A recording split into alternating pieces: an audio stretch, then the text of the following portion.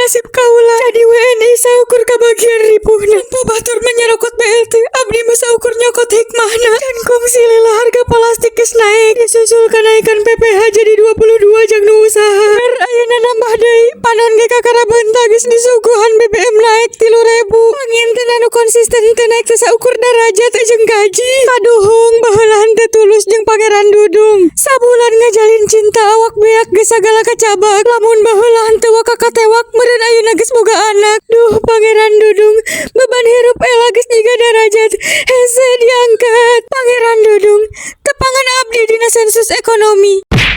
Abah, Imas, yap ka dieu. Abah keur nyareri hulu, geus saminggu teu kabeli samsu. Reuwas keneh ngadenge BBM naik 3.000.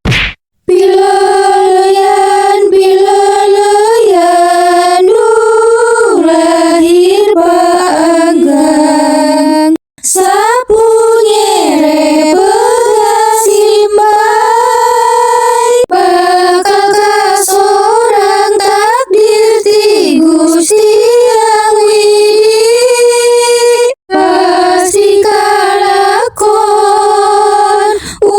Kumaha ieu teh heg bejaan ka budak, lamun kolot keur gering teh heg ngaji, lobakeun ngadoa lain kalah kanyaranyi. Geus indit-indit ka ditu dialajar ngaji heula. Saprak boga materi boro-boro ayeuna mah bisa mayar paket COD a. Sapopoe geus tara meunang jatah beuki si Abah ayeuna mah keur gering wae. Hampura wae nya ayeuna mah barangna diretur heula.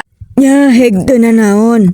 Nuhun we atunya, teh sugan lamun aya milik mah bisa check out deui. Nu beunghar ge sarua keur ripuh-maripuh. Saha atuh ieu teh nu nyebutkeun sendal di hadapan hordeng heg tempoh heula tai hayam narapel keneh. Sendal maneh ieu Cici? Lain mah sendal abi mah keur disol. Ulah ngabohong, da sendal maneh teh teu hiji. Nya atuh eta nu abi hampura wae nya. Kunaon cucu?